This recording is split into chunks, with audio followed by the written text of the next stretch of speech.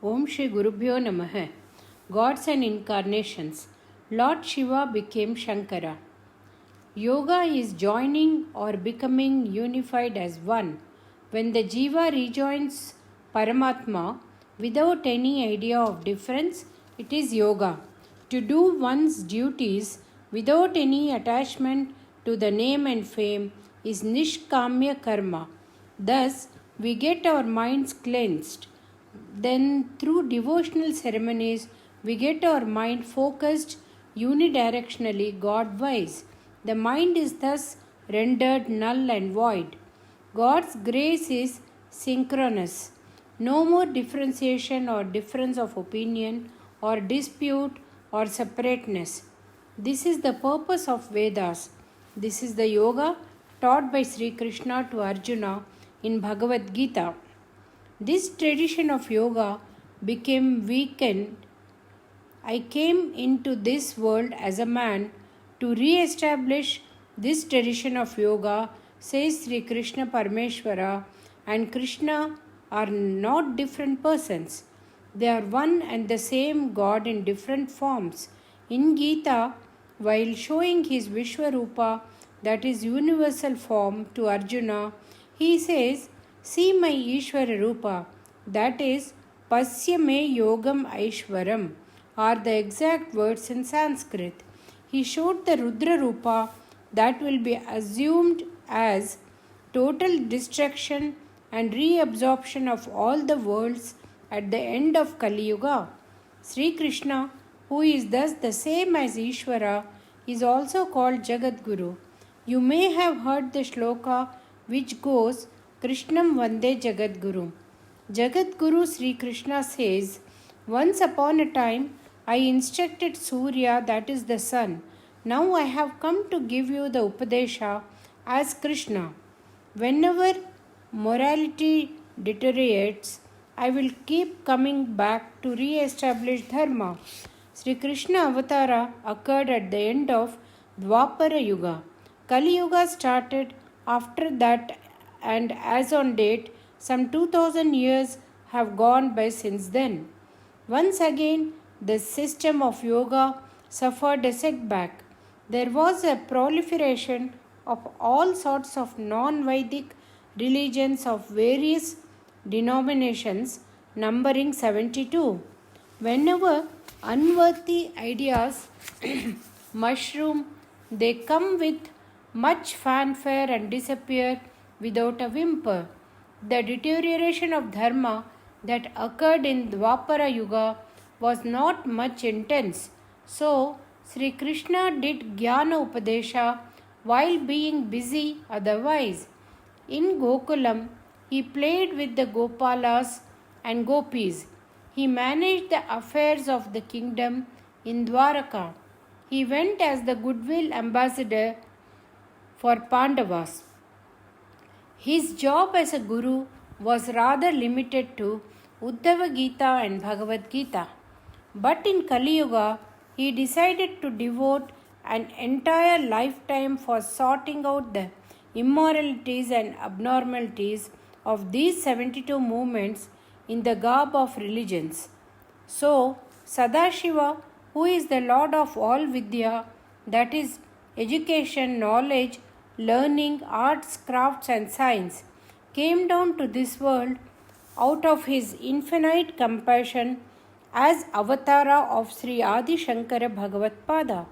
Adi Shankara is the same as Shiva and or Krishna Paramatma. I will dwell more about this subject as I continue this discussion. KTSV adds, Kali Yuga lasts for 432,000 years. Dwapara Yuga is double that of Kali. Treta Yuga is 3 times and Krita Yuga is 4 times. So a Maha Yuga extends to 43,20,000 years. 71 Mahayugas with an additional Sandhya is 1 Manavantara. 14 such Manavantaras with another Sandhya is a Kalpa. 2 Kalpas make a day and night of Brahma, that is 8 crore 64 lakhs years. Multiply this figure by 360 for 1 year of Brahma and 100 such years gives us 311 crores years. I hope this gives some idea of the cosmic time frame. All those number of years put together is one Chaturyuga only. For more details, refer to Surya Siddhanta or page 190 of Swami Shivananda's commentary on Bhagavad Gita by the Divine Life Society, P.O. Shivananda Nagar, Tehri Garhwal, Uttaranchal, Himalayas, India. Now, there is clear proof in the Vedas that Sri Shankaracharya is Shiva Avatara. In Yajurveda, there is Sri Rudram, in which it is said, prostrations to Kapardi, prostrations to Vyuptakesha. Kapardi means which thickly matted hair. The next word is Vyuptakesha, meaning with shaved off head. When did Shiva, who is ever depicted as a Jatadhari, became shaved off? This happened only when the young boy Shankara took sannyasa. Vedas, which are transcendent of time, could say this even before the event of Shankara Avatara. Parameshwara under the banyan tree is the non-moving Dakshinamurti.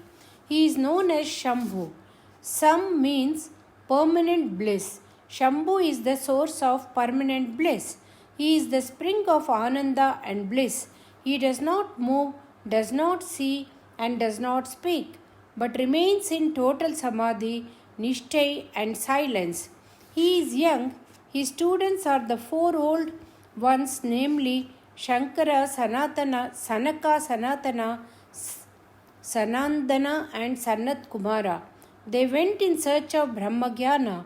They got their fill of Ananda through silent Upadesha from Shambhu or Dakshinamurti.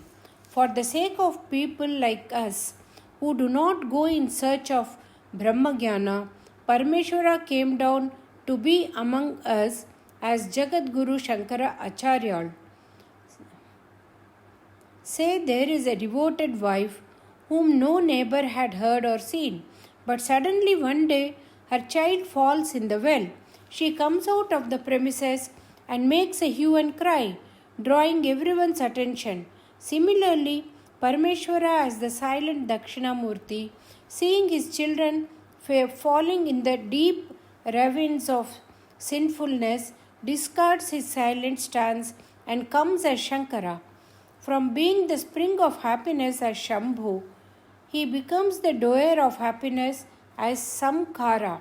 In this order, Sri Rudram first mentions Shambhu as Kapardi, then Shankara as Vyuptakesha, and then gives the Guru mantra of the 5-lettered Namah Shivaya of Panchachara.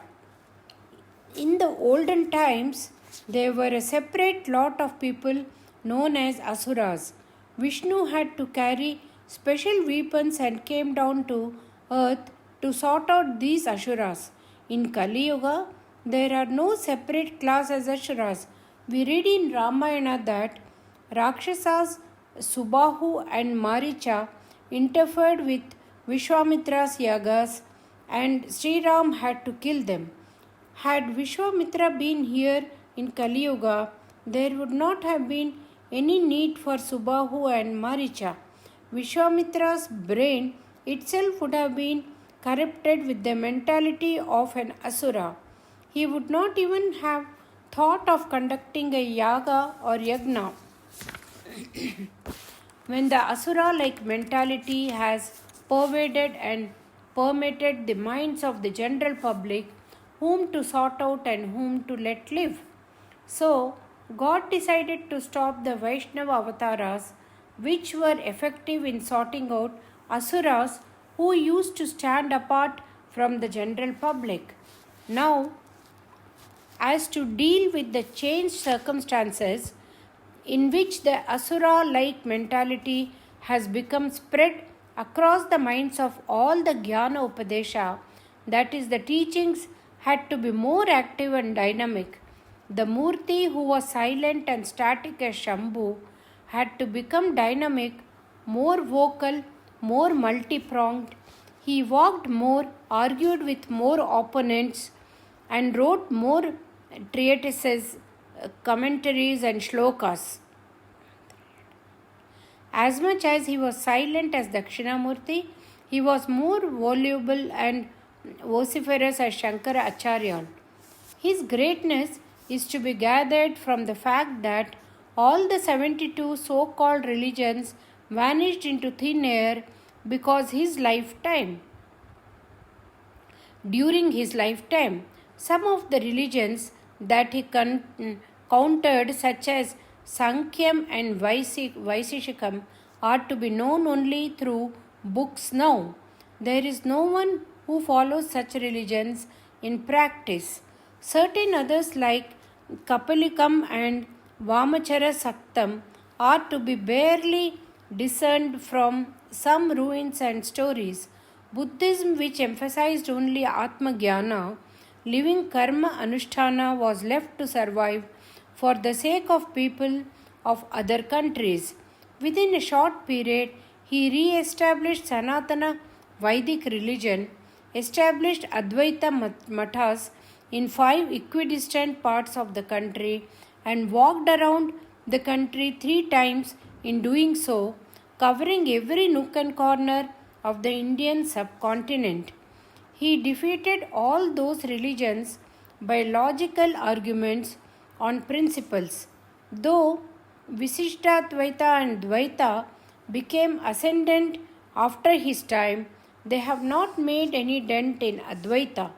Sri Adi Shankara accepted all the Vedas in their entirety, including all the deities and Anushtana karmas. He established Advaita as the quintessence of Vedas, that the individual Jiva and collective Brahma are one and the same.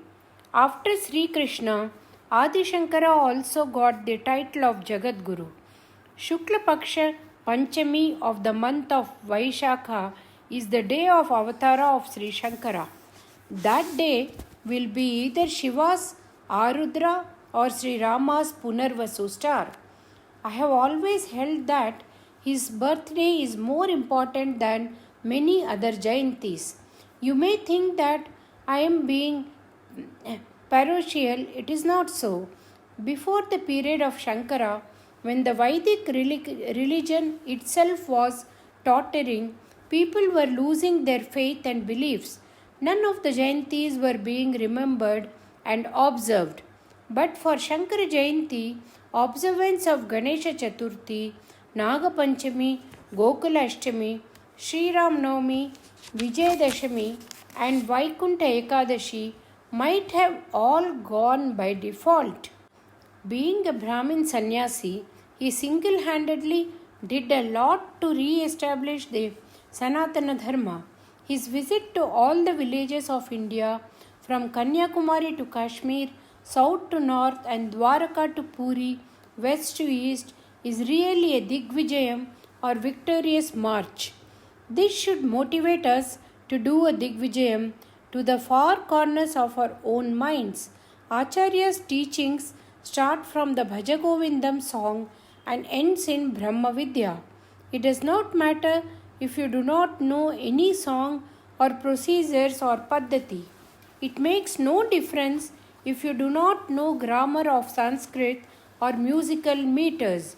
It is enough to say Govinda, Govinda. Yama, the god of death, does not waste even a fraction of a second. He is coming closer and closer all the time. We do not know as to when is our turn to be caught by him.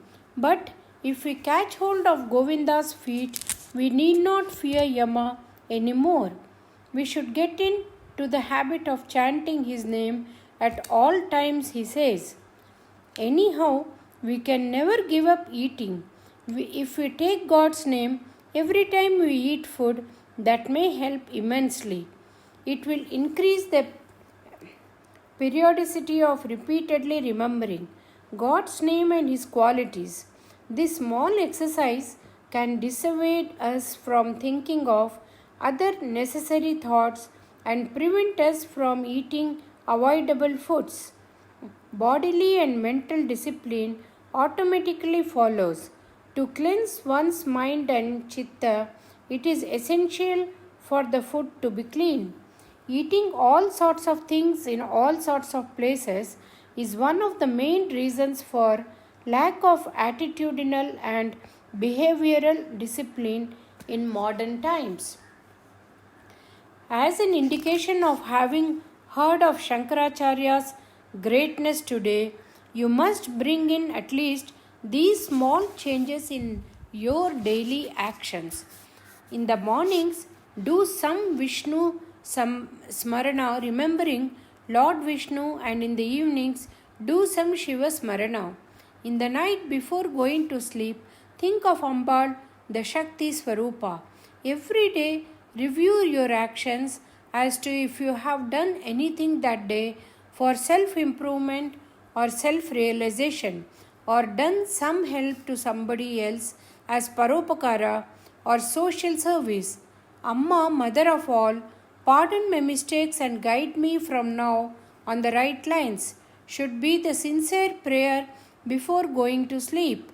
Whenever we see indications of any function or ritual or celebration connected to Hindu religion, let it remind us of the immense contributions of Sri Shankara. We should celebrate Acharyal's Jayanti like we do Navaratri and Gokulashtami. His Padukas should be revered every day. By Guru's grace, may we all be blessed. Human birth also necessary. A shloka says, Acharya Shankaracharya Santume Janma Janmani. This means that Sri Shankaracharya should be my Guru in all my lifetimes. I will tell you the complete shlokam. Sastram Sarira Mimamsa Devastu Parameshwara Acharya Shankaracharya Santume Janma Janmani. The phrase Sharira Mimamsa means the branch of Vedanta Shastra that deals with life in the body. The poet says that let that branch of Vedanta be the one I am concerned with. That is, I should be born in the Vedic religion only. Next line says that let Parameshwara be my God forever. Then the poem ends with the prayer, life after life, let Shankara be my Acharya. Normally people pray for getting released from the cycle of repeated life and death and being reabsorbed in Paramatma. But if Sri Shankara Bhagavad Padar is to become the Acharya in every lifetime, it is as though giving approval and having a liking for the cycle of life and death. It is similar to Appar Swamigal's statement, Manida Piraviyum Venduvade Immanilate, so as to able to keep looking at Lord Nataraja. Sri Shankara has made a similar prayer in Shivananda Lahari. Naratvam Devatvam Nagavana Mrigatvam Mashakata Pashitvam Kitatvam Bhavata Vihagatwadi Jananam Sadatvat Padabjas Smarada Paramananda Lahari Vihara Sattam Chedhridaya Mihakim Tena Vapusha. The meaning of the shloka is like this. I am ready to take life in any form as man, deva, stone, tree, animal, mosquito, cattle, bird, gem or whatever. As long as the memory of God's lotus feet is flooding my mind and heart with happiness, how does it matter? What is the body? Says the Acharyal. When we say Acharyal in this country, it has come to mean Sri Shankaracharya only. This itself indicates the special veneration in people's minds. There have been Bhishmacharya, Dronacharya, Sayanacharya and many other Acharyas in the past in this country. Still, when we say Acharya, without adding any name, it has come to refer to only Shankara Bhagavad Padar. This is so because he was a man who preached what he practiced. He explained the logic of rituals and paddhati so that it will become understandable to the common man too, in addition to the intellectuals. Over and above his instructions to his disciples and his songs of devotion on all gods, he commentary on Brahma Sutra, Bhagavad Gita, and the Upanishads, collectively known as Prasthanatraya, and a vast number of poems explaining Hindu philosophy known as Prakarna Granthas.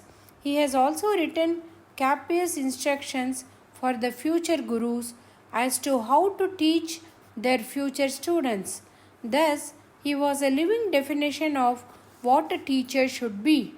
Sri Shankara Bhagavad Padar established Advaita as the supreme principle. Though we all talk of Advaita, Vedanta, none of us understand it, but Acharya was a living embodiment of Advaita. He was well rooted in Advaita Vedanta principle, in total comprehension, while simultaneously deeply involved in hectic dynamic activities. Can we just think of what must have been the transportation, linguistic and logistic problems to move around the entire country 3 times by walk, that too some 1500 years back. What he has done to visit every temple in every nook and corner of the country is simply superhuman. While emphasizing the supremacy of Jnana Marga, he also established the very important need for Bhakti Marga as a prelude, as a path, and as an end in itself. He has written so many shlokas soaked in deep devotion of many of the deities of many temples located in the length and breadth of the country.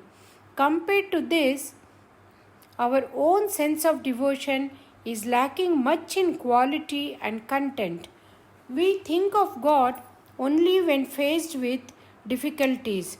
Then we organize some elaborate puja and shanti appeasing Shani or Rahu or Ketu. If the problem is solved, our bhakti comes to an end. If the problem is not solved, we may end up blaming the pujari, priest or God himself. How are we to relate to true bhakti and jnana? Acharya gave a lot of importance to karma anushtanam of daily and periodic rituals as the basement for the huge edifice of bhakti and jnana built over it. Those who take a shortcut to bhakti and or jnana only end up short-circuiting the whole process. To follow sincerely the laid down karmas, duties with the necessary physical and mental discipline, slowly but surely leading to progressive cleansing of mind, to perfection, takes the sadhaka to deeper devotion and glimpses of Advaita Anubhava. So Shankara Bhagavad Padar placed the appropriate emphasis in the step-by-step progress from Saguna Upasana to Nirguna Upasana. He also lived exemplarily as a sannyasin with no hypocrisy. Thus, he was a living definition of what an Acharya should be. Similar to the way the word Acharya has come to mean Sri Shankara Acharya in this country, the word Vedantam has come to mean Advaitam of Adi Shankara in the rest of the world. Vedantam, as the end of Vedas, was meant to be all that is said in Upanishads. With the Upanishads as the basis, though there are many Siddhantams or principled stands such as Dvaitam, Visishtadvaitam and Shaiva Siddhantam, it is only Shankara Acharya's Advaitam which is thought of as Vedantam all over the world. Ever since Swami Vivekananda went about US of America and Europe saying, "Let the lion of Vedanta roar," Acharya's Advaitam has been accepted as Vedantam. Acharya has explained that he is not the creator of Advaita, but he has proved that the Upanishads point in the direction of the principle of oneness. Similarly, he has also re-established the Shanmadam or six-pointed approach of Ganapatyam, Shaivam, Saktam, Sauram, Vaishnavam, Kaumaram, in which is included Dvaitam and Visishta Advaitam. Thus, he richly deserves the epithet Shanmada Acharya. There is one more aspect of his greatness. He is the leading figure in the revival of Sanatana Dharma. Sri Ramanuja Acharya, Sri Madhava Acharya and Sri Meikandar came after him, and they only had to re-establish their views of Visishta Dvaita, Dvaita and Shaiva Siddhanta within the framework of Sanatana Dharma. But Acharya had to onerous task of disproving his predecessors such as Kapila, Jaimini, Ganadhar and Gautama, who had established Sankyam, Mimamsam, Vaisishikam and Nyayam, etc. respectively. All of those have become defunct. Relate this to the fact that whatever has been done by Sri Ramanuja, Sri Madhava and Sri Meikandar has not done away with Advaita. Finally, it is astounding to note that all this was achieved within a short lifespan of 32 years. Undoubtedly, Adi Shankara was an avatara of Parameshwara, our religion's root man. In villages in olden times, when it used to be dark in the early part of the night, people used to organize patrolling by some 4 volunteers. This used to bring down the crime rate somewhat. After Krishna Paramatma left this world, the darkness of Kali was spreading virulently. In the ensuing likelihood of adharma, a gentleman took the necessary actions so as to keep the light of Veda burning, at least in some places, without being switched off. He knew that the people of Kali Yuga would not be able to study the entire Veda. Still, he thought out of his infinite kindness that all the living beings in the world could benefit only if some of the Veda mantras sounds were retained. For this sake, to suit the limited capabilities of human beings of Kali Kala, he divided the limitless Vedas into 4 parts, so that gentleman divided the vast ocean of Vedas into 4 parts and taught his disciples Paila, Vaishambhayana, Jaimini and Sumantu, Rig, Yajur, Sama and Atharvana Vedas respectively. He sent them as though patrolling in 4 different directions with the instructions, I have entrusted this supreme asset of the 4 branches of the Vedas to you 4. Please see to it that they are all protected and propagated through generations of Sishyas. Thus, Vedas with no start or end or boundaries were divided into 4 distinct entities. Those 4 Sishyas, their further disciples, then theirs and so on, have gone on for thousands of years protecting the Vedas by word of mouth, known as Ezhudha Kilavi in Tamil, meaning the unwritten declaration, arriving at our times. Because of that, Kali's virulence was somewhat under control, at least in the Indian environs.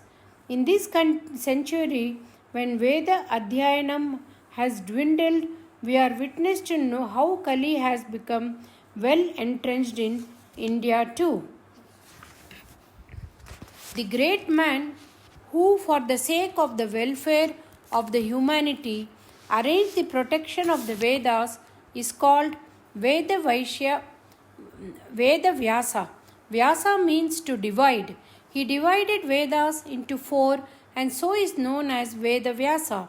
He had another name Bhadrayana. He was born in an island, Dvipam in Sanskrit, and so was known as Dvaipayana.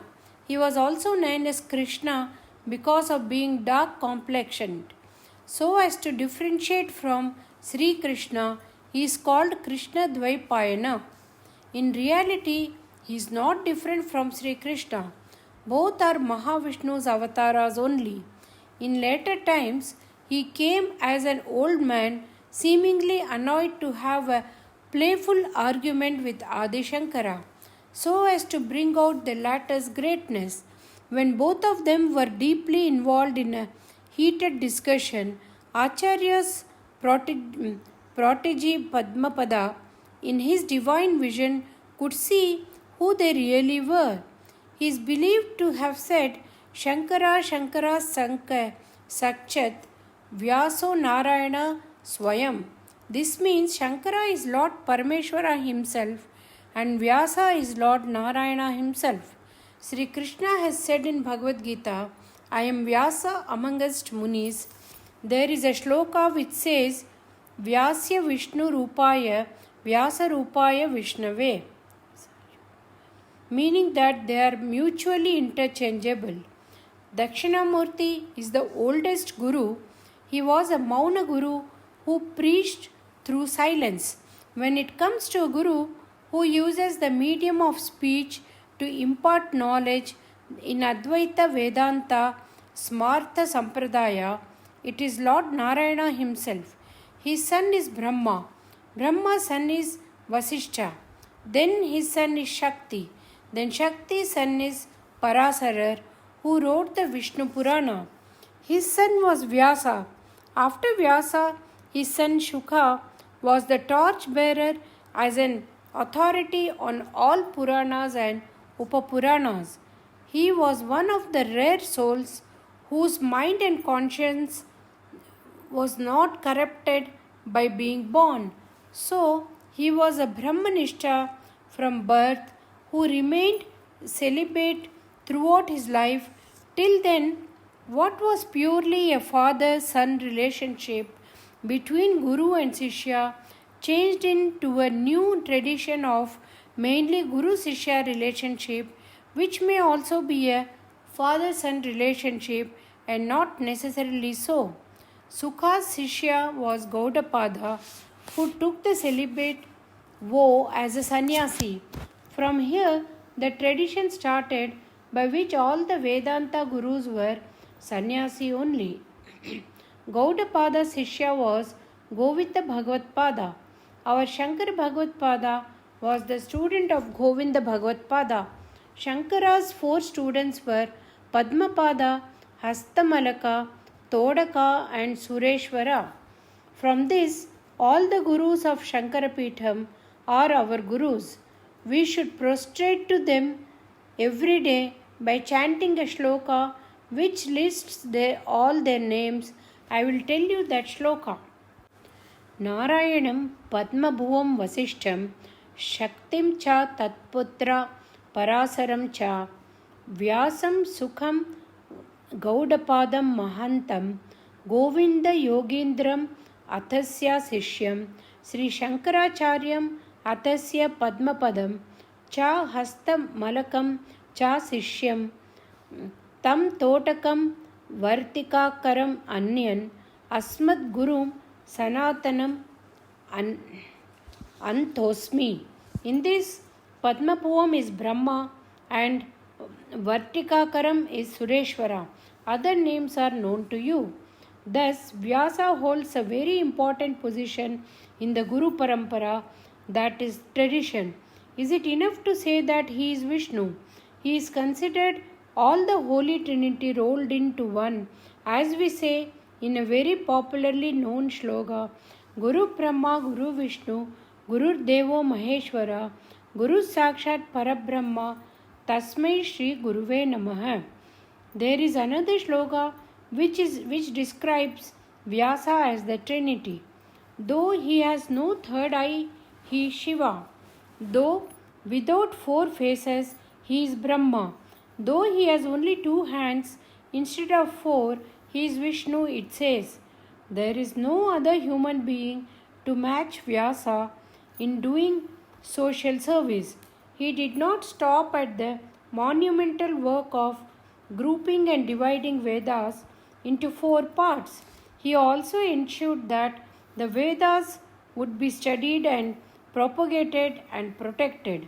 Vedas can only be learnt and understood and protected by a limited number of people who are ready to apply themselves over a long period, assiduously observing very strictly many do's and don'ts, but Veda's message of ahimsa, non-cruelty, satyam, truthfulness, dharmam, morality and justice, etc., should be known and sincerely observed by the common man.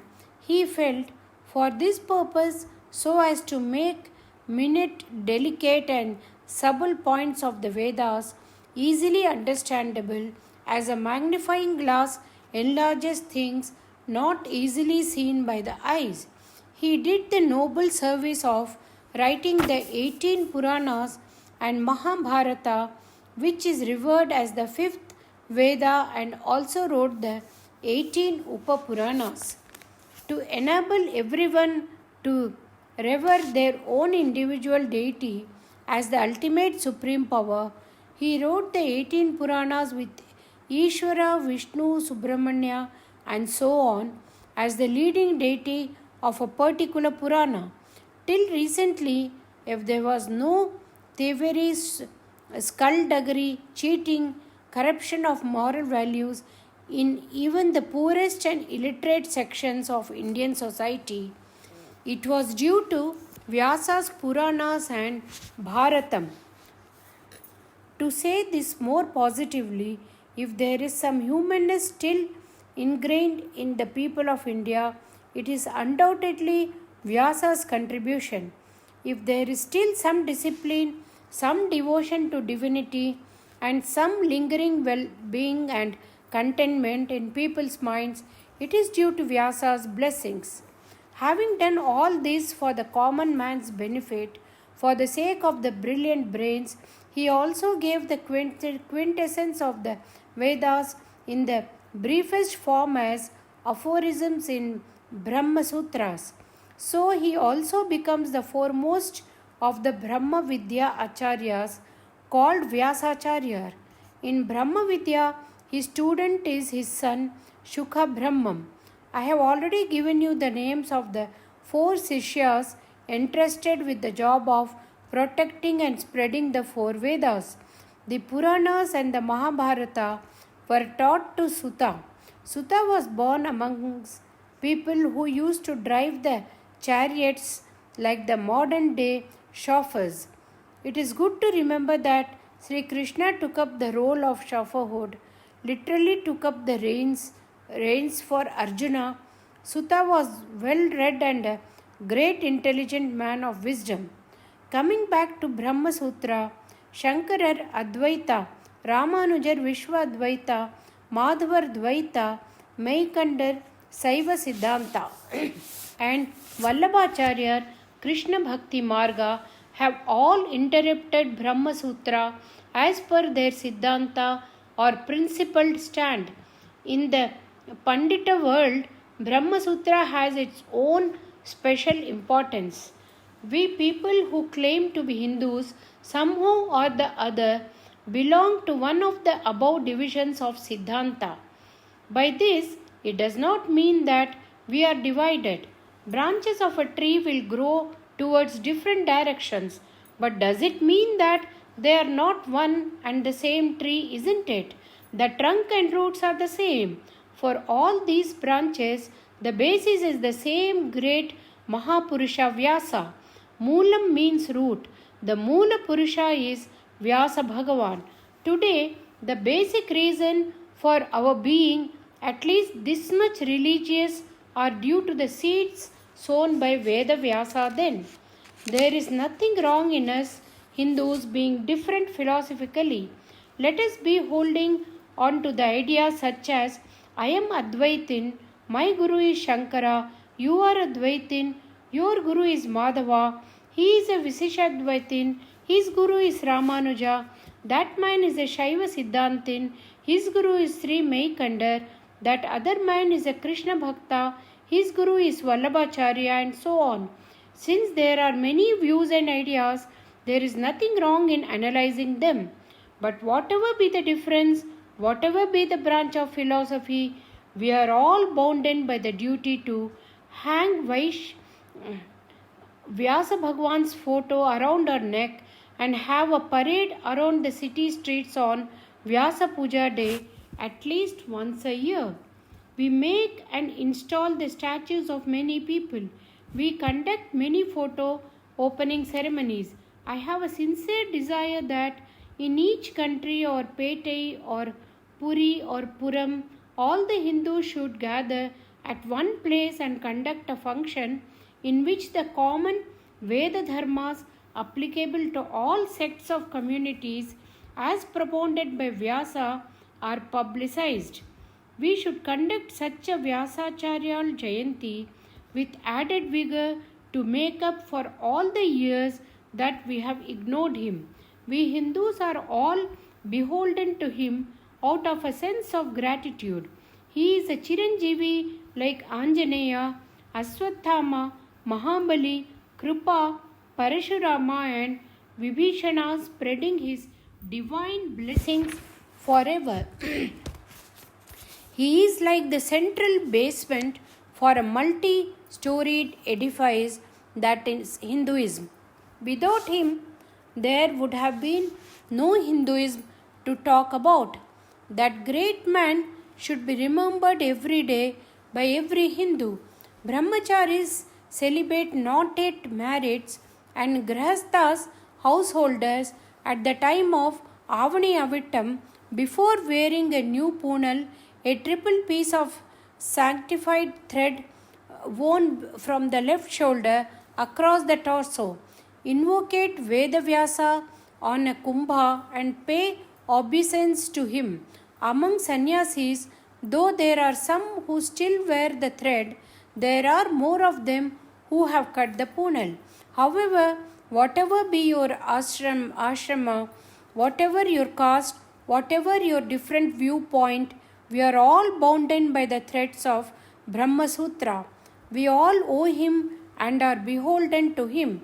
Even the renounced sannyasis thank him by conducting Vyasa Puja at the start of the 4-month vow of abstinence known as the Chatur Masya Puja. Om Shri Mahaperiva Sharanam.